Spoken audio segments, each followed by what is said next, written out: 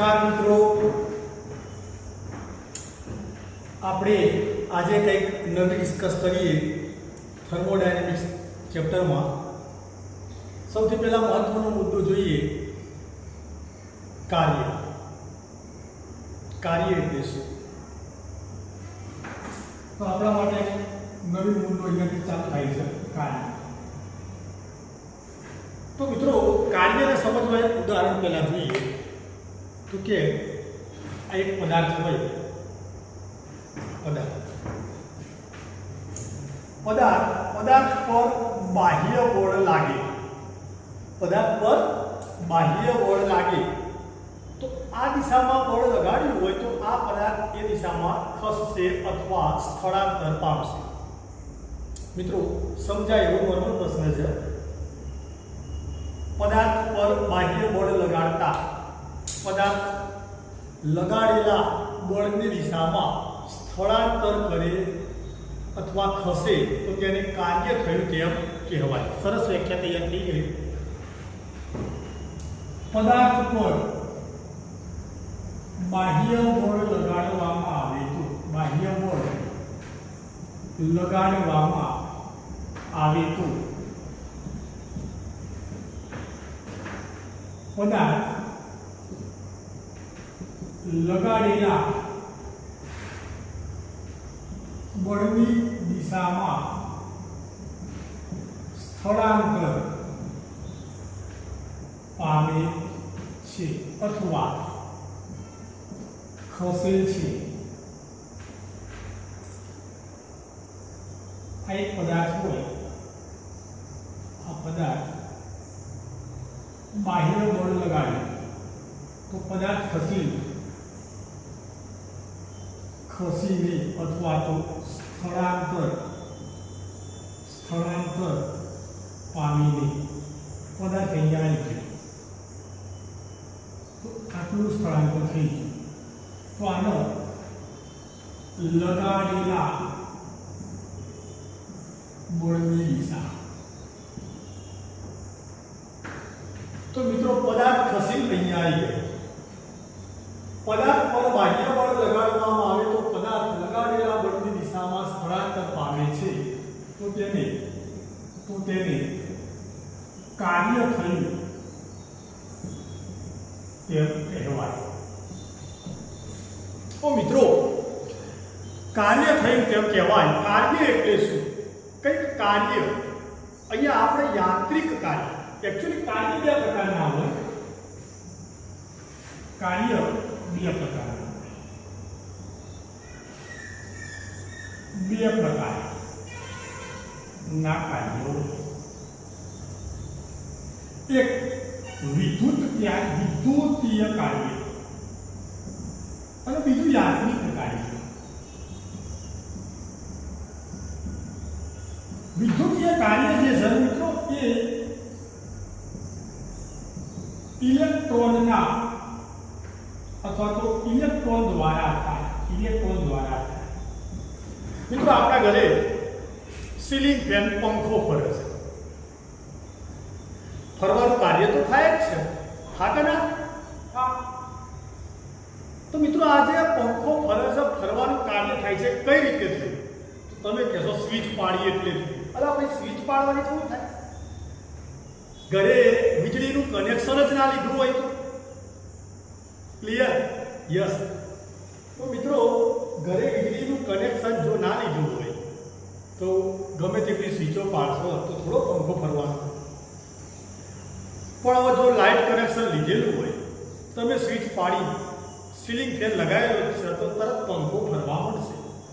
પંખાના પાટિયાઓ ફરવાનું કાર્ય કરે છે. કઈ રીતે ફરે? તો કે જે તમે લાઇટ ફિટિંગ કરાવ્યું, વાયરિંગ કરાવ્યું, આમાં ઇલેક્ટ્રોન દ્વારા આ વિદ્યુતીય કાર્ય થાય. Clear point? યસ. નંબર 2, યાંત્રિક કાર્ય. તો યાંત્રિક કાર્ય કઈ રીતે થાય? તો કે પિસ્ટન મારફતે થાય.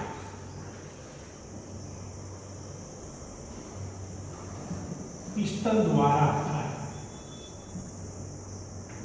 જો કે મારા પર્ટિક્યુલર ચોક્કસ એવું ના કહી શકાય, કાર કાર મોટર ગાડી કાર અત્યારે તો હવે નવી શોધ થઈ ગઈ છે ઇલેક્ટ્રિક કાર પણ ચાલુ થઈ ગઈ છે ફોરેનમાં મોટા ભાગે ઇલેક્ટ્રિક કારો હોય છે અને એમાં વિદ્યુતીય કાર્ય થાય છે ફોરેનમાં આપણે અહીંયા પણ ધીરે ધીરે હવે ઇલેક્ટ્રિક કારો આવી જશે પણ હું વાત કરું છું એ ડીઝલ એન્જિન અને પેટ્રોલ એન્જિન વાળી ગાડીઓની વાત કરું છું તો એમાં તમે ગાડી સ્ટાર્ટ કરો છો તો એક જગ્યાએથી બીજી જગ્યાએ જાય છે ગાડી ચલાવી તો એક જગ્યાએથી બીજી જગ્યાએ ગાડી લગી થોડી 2 ફૂટ આગળ લઈ ગયા તો એ ગાડીને તમે ખસેડી ગાડીનું સ્થળાંતર થયું તો મિત્રો આ સ્થળાંતર થયું ધેટ મીન્સ કાર્ય થયું તો એ યાંત્રિક કાર્ય થઈ જશે શેની વાત કરું છું યસ ડીઝલ એન્જિન અથવા પેટ્રોલ એન્જિન વાળી ગાડીઓની વાત કરું છું તો મિત્રો આ ડીઝલ એન્જિન અને પેટ્રોલ એન્જિન વાળી ગાડીઓમાં જે કાર્ય થશે એને કહીશું યાંત્રિક કાર્ય અને એમાં ડીઝલ અથવા પેટ્રોલના દહનથી પિસ્ટન ખસશે એટલે આખી ગાડી નહીં ખસેડશે ક્લિયર પોઈન્ટ યસ હાલના સમય મુજબ કાર્ય 2 રીતે થાય એક વિદ્યુતીય કાર્ય અને બીજું યાંત્રિક કાર્ય વિદ્યુતીય કાર્ય કરવા ઇલેક્ટ્રોન જોઈએ અને ઇલેક્ટ્રોન દ્વારા જ વિદ્યુતીય કાર્ય થાય ક્લિયર યસ નંબર 2 યાંત્રિક કાર્ય તો મિત્રો મારે યાંત્રિક કાર્ય જો કરવું હોય તો પિસ્ટન દ્વારા જ કરી શકાશે વિદ્યુતીય કાર્યનું એક ઉદાહરણ આપણા સ્વિચ પાડતા પંખો ફર્યો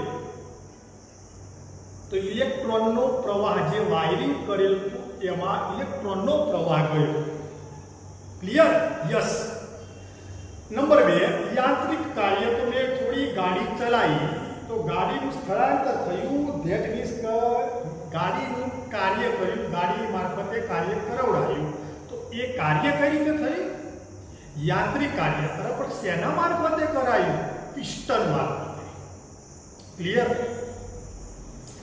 ચલો આ કાર્ય વિશે થોડી માહિતી આપી જરા આગળ નોટ કરવી હોય તો સ્ક્રીનશોટ લઈ લેજો અને હવે મારો મોસ્ટ ટાઈમ પ્રશ્ન ચાલુ થાય છે કે ફિગર પહેલાથી ડ્રો કરેલી છે આખી ફિગરમાં થિયરી સારી કહી શકાય એવી મજબૂત છે બરાબર આજે આ થિયરી ઓછામાં ઓછી 2-3 વખત લખીને તૈયાર કરી દેવાનો છે આજનું હોમવર્ક હવે આપણો પ્રશ્ન નેક્સ્ટ ચાલુ થશે એના પહેલા જરા કામ કરજો કાર્ય વાંચવા સ્ક્રીનશોટ લઈ લો કાર્યની વ્યાખ્યા થઈ ગઈ આ એક ઉદાહરણ આપી દીધું કાર્યના 2 પ્રકાર એક વિદ્યુતીય કાર્ય ઇલેક્ટ્રોન દ્વારા થશે બીજું યાંત્રિક કાર્ય પિસ્ટન દ્વારા થશે જરા સ્ક્રીનશોટ લઈ લો આની જરૂર નહીં આની જરૂર હવે નેક્સ્ટ થિયરીમાં પડશે ક્લિયર મિત્રો લઈ લો સ્ક્રીનશોટ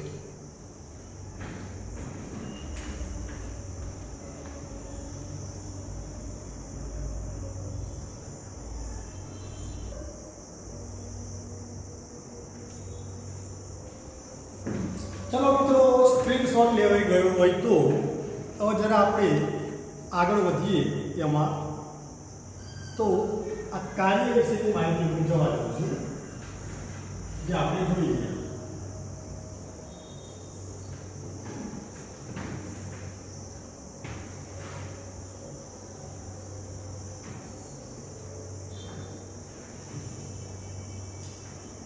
ચલો समझिए मित्रों समतापी प्रणाली में वायुना विस्तरण माटे करवू पड़तुं कार्य समझाओ अथवा यांत्रिक कार्य समझावी समीकरण मेळवो मित्रों सौथी पहला तो फिगर जरा जोई लईए आ स्वरूप आ एक नळाकार छे नळाकार में पिस्टन राखेलुं छे शुरुआत में वायु आटलू भरेलो है वायु इंटरनल दबाण P internal pressure of internal અને બાહ્ય દબાણ છે પ્રેશર ઓફ એક્સટર્નલ વાયુનું શરૂઆતનું કદ આપેલું છે VI હવે બહારનું દબાણ વધુ છે. બાહ્ય દબાણ P એક્સટર્નલ એ વધુ દબાણ છે અને આંતરિક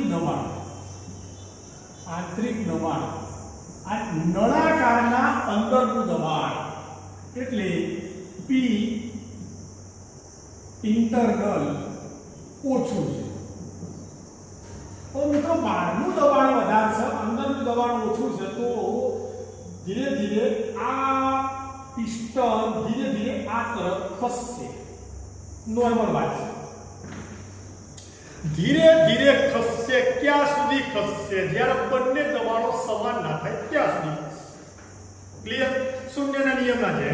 બે જુદું જુદું તાપમાન ધરાવતા પદાર્થો હોય, યસ, બે જુદું જુદું તાપમાન ધરાવતા પદાર્થો હોય, બંનેના એકબીજાના સંપર્કમાં રાખીશું તો ઊંચું તાપમાન ધરાવતો પદાર્થ પોતાની ઉષ્મા ઊંચું તાપમાન ધરાવતો પદાર્થ પોતાની ઉષ્મા નીચું તાપમાન ધરાવતા પદાર્થને આપે છે.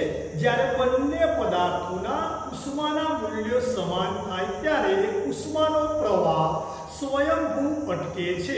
બિલકુલ એ જ રીતે બિલકુલ આ જે બહારનું દબાણ વધારે હતું, અંદરનું દબાણ ઓછું હતું, તો આ બાહ્ય દબાણ તરફથી પિસ્ટન ખસશે અને ઇન્ટરનલ તરફ જશે. ક્યાં સુધી જશે? મહત્વનો પ્રશ્ન. જ્યારે અંદરનું અને બહારનું દબાણ સમાન ના થાય ત્યાં સુધી જશે. ક્લિયર? અચ્છા, આ ઘટના ધીરે ધીરે થશે. જો તમે પિસ્ટન એકદમ દબાઈ દેશો તો તાપમાનના મૂલ્યમાં ફેરફાર થઈ જશે. તાપમાનના મૂલ્યમાં ફેરફાર નથી કરવાનો, કારણ કે આપણો પ્રશ્ન છે સમતાપી. અચ્છા, આ એચટીટી નોર્મલ પ્રક્રિયા થશે એટલે ધીરે ધીરે ધીરે સંતુલન પ્રાપ્ત કરશે, ધીરે ધીરે આગળ વધશે, સંતુલન પ્રાપ્ત કરશે, ધીરે ધીરે આગળ વધશે, સંતુલન પ્રાપ્ત કરશે. એટલે રિવર્સેબલ પ્રતિવર્તી પ્રક્રિયાને કહી શકાય. મિત્રો એકદમ શાંત મગજ રાખો, સમજો, ઉતાવળ ના કરો, જરા પણ ઉતાવળ ના કરો. એકદમ શાંત મગજ રાખીને સમજજો. થિયરી ખૂબ સહેલી છે, પણ આને જરા મગજમાં ઉતારવાની છે. હું ફરીથી બોલું છું.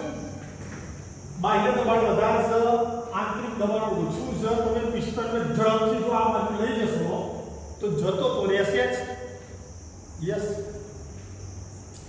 પણ એમાં તાપમાન બદલાઈ જશે. તાપમાન બદલવું છે ના, તો ઉભારો એક ઉદાહરણ.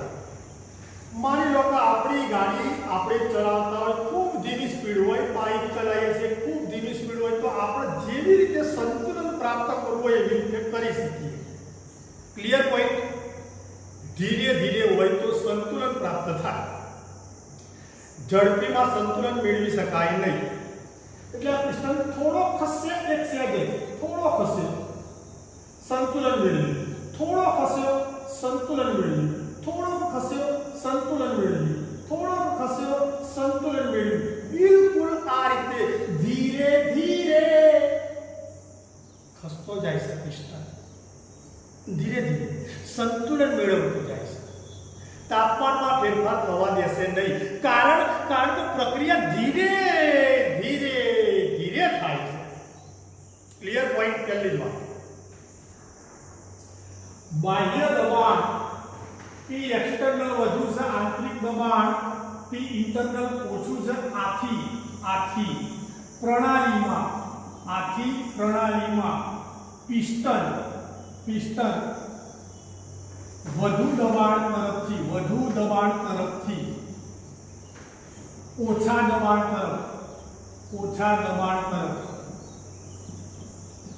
ખસે છે, સરકે છે લખો, અથવા સ્થળાંતર પામે છે, પામવાનું. ક્લિયર વાત છે. આ પિસ્ટન ખસતો આટલા આવી ગયો. કઈ રીતે? ધીરે ધીરે ખસતો આટલા આવી ગયો.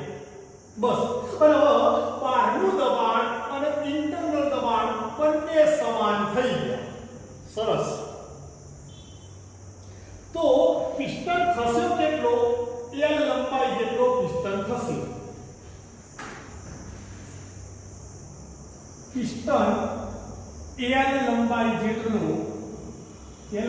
જેટલું અંતર કાપે છે, ખસે છે. ખસવાનું ક્લિયર. પિસ્ટનના જે આડછેદનું આ જે ક્ષેત્રફળ હતું એ જેટલું હતું. નળાકારનું આડછેદનું ક્ષેત્રફળ એ જેટલું છે. ક્લિયર. મિત્રો કદમાં કેટલો ફેરફાર થયો? વાયુના વિસ્તરણથી, વાયુના સંકોચનથી. ચલો અહીંયા વાયુ દબાઈ ગયો છે તો વાયુનું વિસ્તરણ અથવા સંકોચન બંને ચાલશે. કદાચ અવળી પરિસ્થિતિ વધતો, બહારનું દબાણ ઓછું હોય, અંદરનું દબાણ વધારે વધતો. ચલો પિસ્ટન આટલો વધતો, અંદરનું દબાણ વધી ગયું, બહારનું દબાણ ઓછું થયું, તો પિસ્ટન આ તરફ ખસે તો વાયુનું વિસ્તરણ થયું. તો એ પણ ધીરે. તો વાયુનું વિસ્તરણ થાય. હાલની આ પોઝિશનમાં શું થાય છે? સંકોચન થાય છે. ક્લિયર. તો મિત્રો અહીંયા કદમાં ફેરફાર થયો અને અંતિમ કદ આટલું લાગી. શરૂઆતનું આ કદ હતું vi, ઇનિશિયલ vi એટલે ઇનિશિયલ વોલ્યુમ ઓફ ઇનિશિયલ, પ્રારંભિક અવસ્થાનું કદ અને અંતિમ અવસ્થાનું કદ, ફાઇનલ સ્ટેજ વોલ્યુમ. તો આટલું થઈ ગયું. કદમાં કેટલો ફેરફાર થયો? આટલો ફેરફાર થઈ ગયો. વાયુનું કદ શરૂઆતમાં આટલું હતું, હાલનું કદ આટલું છે. કદમાં કેટલો ફેરફાર થયો? Delta v. વાયુના કદમાં થતો ફેરફાર ડેલ્ટા v બરાબર vf માઈનસ vi. હા કે ના? યસ. ક્લિયર. ચલો આની સાથે પ્રણાલીમાં અંદરનો જે વાયુ છે એ પણ દબાણમાં થતો ફેરફાર અનુભવશે. પ્રણાલીમાં રહેલો વાયુ પણ દબાણનું ફેરફાર અનુભવે છે. ઓ મિત્રો, વાયુને તો ભાઈ દબાણમાં ફેરફાર અનુભવે છે, કારણ કે હાલનું દબાણ ઓછું છે. હવે પિસ્ટન ખસીને આમ ગયો, અંદરનું દબાણ વધ્યું. પહેલા દબાણ ઓછું હતું, હવે દબાણ વધુ થઈ ગયું. ઊભા નોર્મલ સિમ્પલ પ્રેક્ટિકલ. તમે તમારા ગળ હાથ મૂકી દો. હાલ દબાણ આપતા નથી, હવે દબાવો. દબાણનો ફેરફાર અનુભવ્યો. That's all. એટલે ખાલી પ્રેક્ટિકલ કરવાનું છે, દબાઈ નહીં દેવાનું. યસ. તો મિત્રો દબાણનો ફેરફાર અનુભવે છે. વાયુ પણ દબાણનો ફેરફાર અનુભવે છે. અને દબાણ એટલે શું ભાઈ? દબાણ એટલે શું? દબાણ એટલે સિમ્પલ છે, બળ ભાગ્યા ક્ષેત્રફળ. દબાણ એટલે ફિઝિક્સનો નિયમ છે. દબાણ એટલે બળ ભાગ્યા ક્ષેત્રફળ. તો મારે લખવું હોય તો શું લખાય? બળ એટલે શું? દબાણ ગુણ્યા ક્ષેત્રફળ. ક્લિયર. મિત્રો દબાણ કેટલું? તો કે px જેટલું. p એક્સટર્નલ માં એ તમારું ક્ષેત્રફળ કેટલું? આડછેદનું ક્ષેત્રફળ a. ક્લિયર. ચલો મિત્રો, હવે અહીંયાથી જરા એક મહત્વની વાત છે, કાર્ય એટલે શું? તો તમે કહેશો કાર્ય એટલે બળ ગુણ્યા અંતર.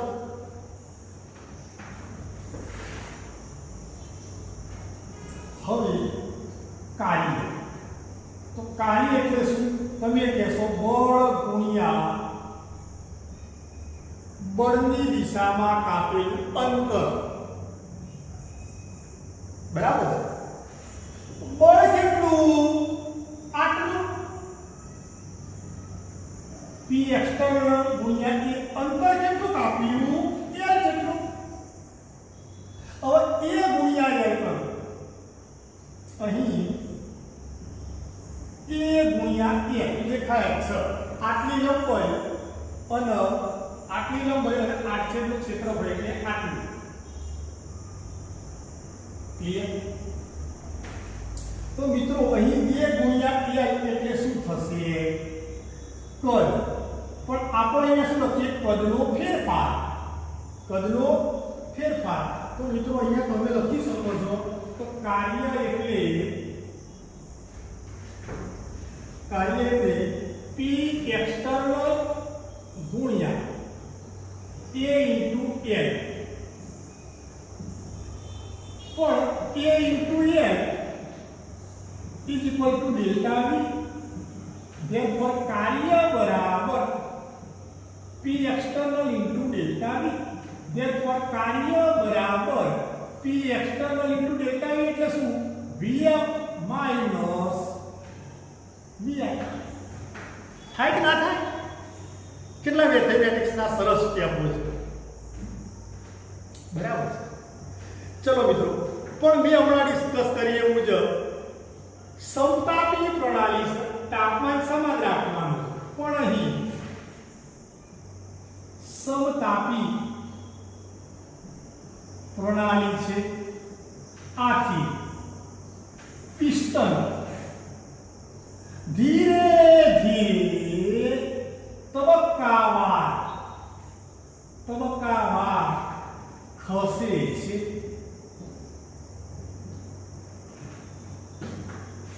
થોડો ખસ્યો વળી પાછો થોડો ખસ્યો સંતુલન પ્રાપ્ત કરી થોડો ખસ્યો સંતુલન પ્રાપ્ત કરી થોડો ખસ્યો સંતુલન પ્રાપ્ત કરી થોડો ખસ્યો સંતુલન પ્રાપ્ત કરી આ બધા નાના ટુકડાઓ થોડો ખસ્યો સંતુલન પ્રાપ્ત કરી થોડો ખસ્યો તાપમાનનો એ રીતે રાખવાનું ધીરે ધીરે ખસાડતો આટલો લાઈ દીધો હવે આ ધીરે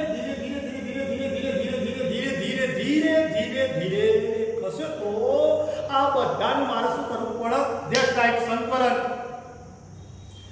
અચ્છા અહીંયા ગાડી પ્રણાલી દ્વારા કાર્ય થયું છે આપણે કોઈને કાર્ય કર્યું નથી આથી તબક્કાવાર થયેલા ફેરફારનું સંકલન કરવું પડે એક વાત બીજા નંબરની વાત અહીં પ્રણાલી દ્વારા જ કાર્ય થાય છે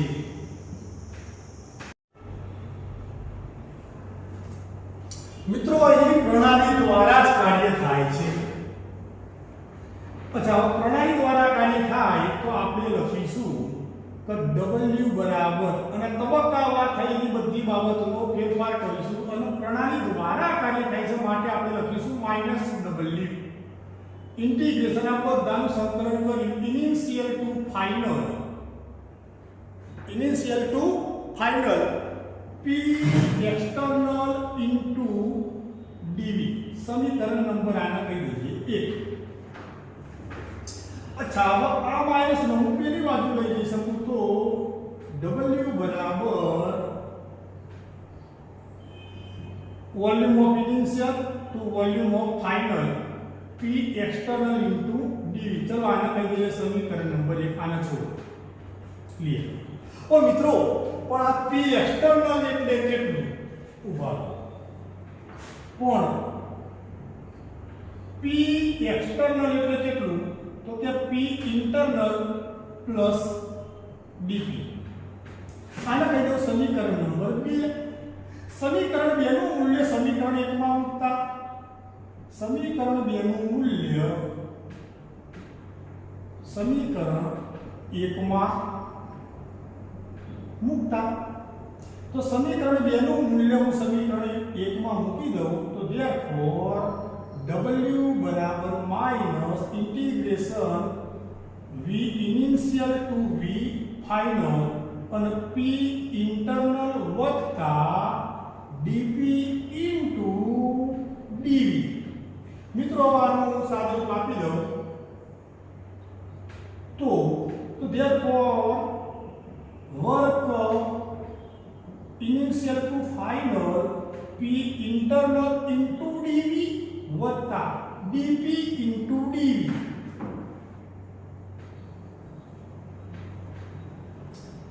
ક્લિયર? પણ અહીં dp into dv થોડોક કદમાં ફેરફાર, થોડોક દબાણમાં ફેરફાર થઈ ગયો, થોડોક કદમાં ફેરફાર, થોડોક દબાણમાં ફેરફાર, થોડોક કદમાં ફેરફાર, થોડોક દબાણમાં ફેરફાર. એ નાનો વિસ્તાર આખા વિસ્તારની સાપેક્ષે શું કહીશું? અવગણીશું. પણ અહીં dp into dv નું મૂલ્ય અતિ અલ્પ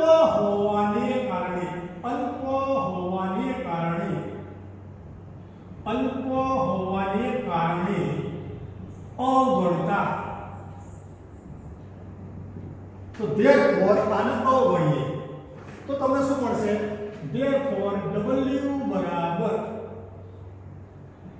integration v of initial to v of final is equal to p internal into dv. चलो नॉर्मल समझाएगी बात क्लियर. और मित्रों आने कही दे समीकरण नंबर 3. चलो अब आदर्श वायु समीकरण मुजब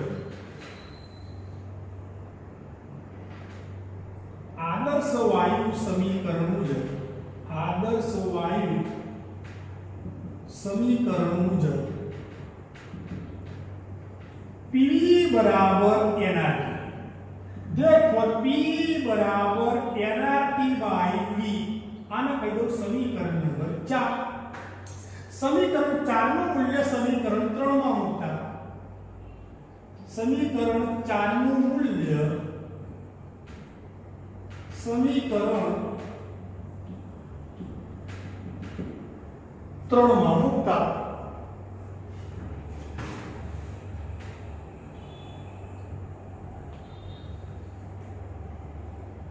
तो मित्रों therefore w बराबर minus integration vi to vm. पीनी जगह सीधું લખી કાઢીશ nRT by v into dv. મિત્રો આ n એટલે 1 મોલ અચળ, r એટલે વાયુ અચળાંક અચળ અને t એટલે ટેમ્પરેચર સમતાપિક છે એટલે અચળ. બધાને બહાર કાઢી દઈએ. અહીં n બરાબર 1 મોલ વાયુ, r વાયુ અચળાંક,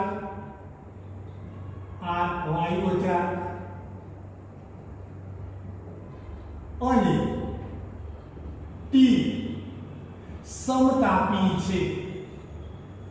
આથી અચળ થાય.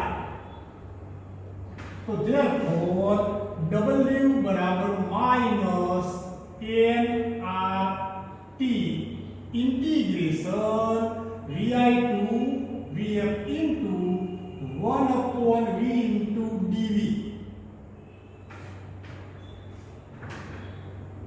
ક્લિયર? મિત્રો જગ્યા ઓછી પડે છે, થોડુંક સાદું રહી જાય છે. એક કામ કરજો, સૌથી પહેલા તમે સ્ક્રીનશોટ લઈ લો અને સ્ક્રીનશોટ લઈ આની જરૂરિયાત નથી એટલે હું આટલું જવા દઈશ અને અહીંયાથી થોડુંક સાદું અહીંયા લંબાઈ કાઢીશ. કારણ કે હવે જગ્યા ઓછી પડે છે, થિયરી થોડીક ખૂટે છે પણ આની જરૂરિયાત નથી એટલે એક કામ કરો, હાલ પહેલા લઈ લો સ્ક્રીનશોટ. બરાબર? લઈ લો.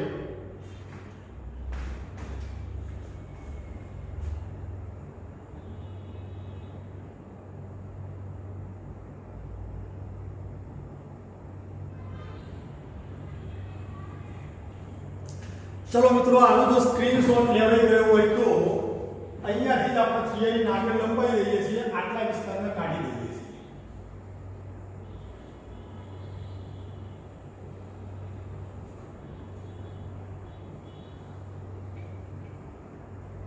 ચલો ઉભા.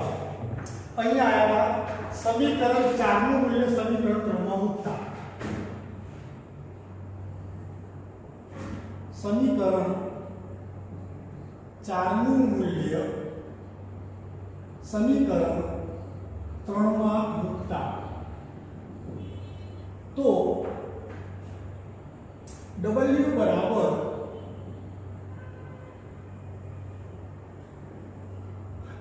Integration vi to vm nRT by v into dv बराबर ओके.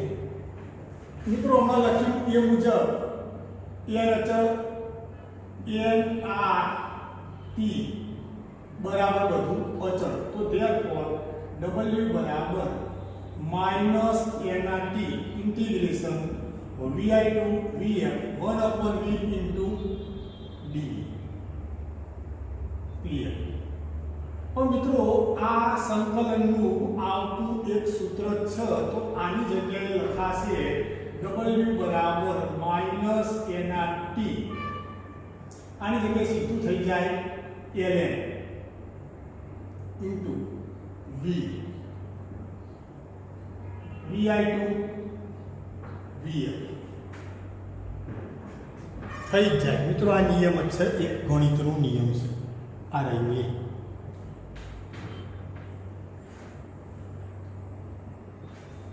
ચલો તો હવે આના વતી શું લખાશે આપણાથી? તો અહીંયા લખી શકશો w બરાબર માઈનસ nRT. મિત્રો અહીંયા જરા આ સૂત્રને તમે સ્વીકારી લેજો, કારણ કે આ એક ગણિતમાં આવતું સૂત્ર છે.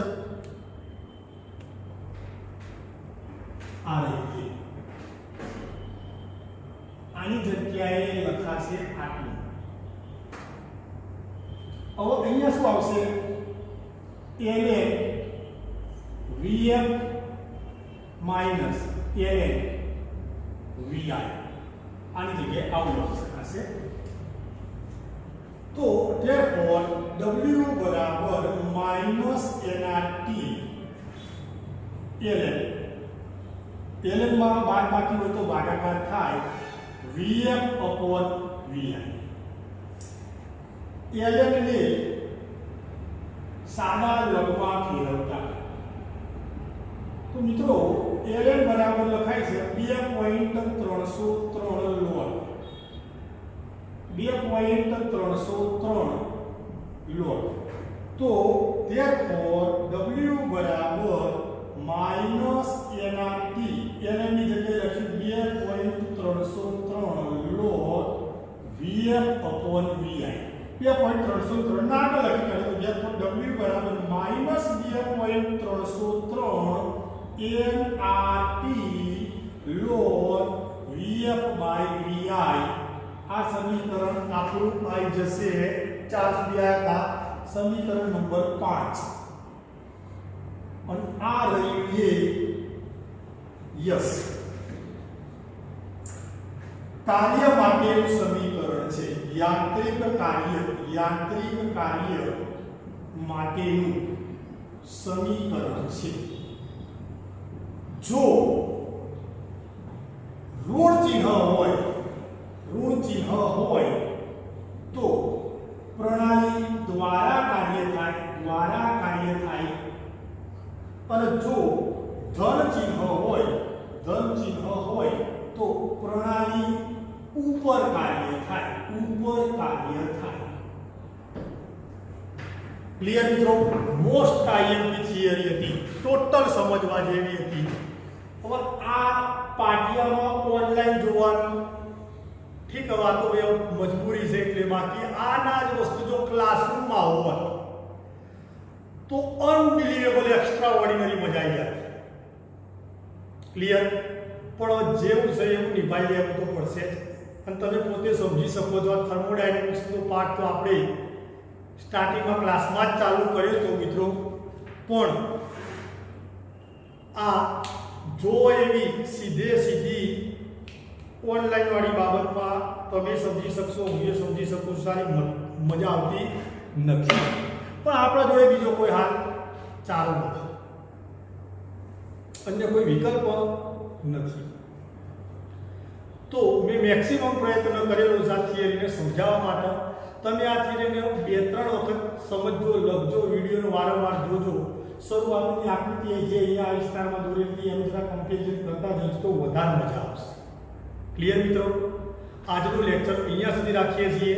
હવે આખો પ્રશ્ન પતી જાય છે. યાંત્રિક કાર્ય સમજાવી સમીકરણ મેળવો.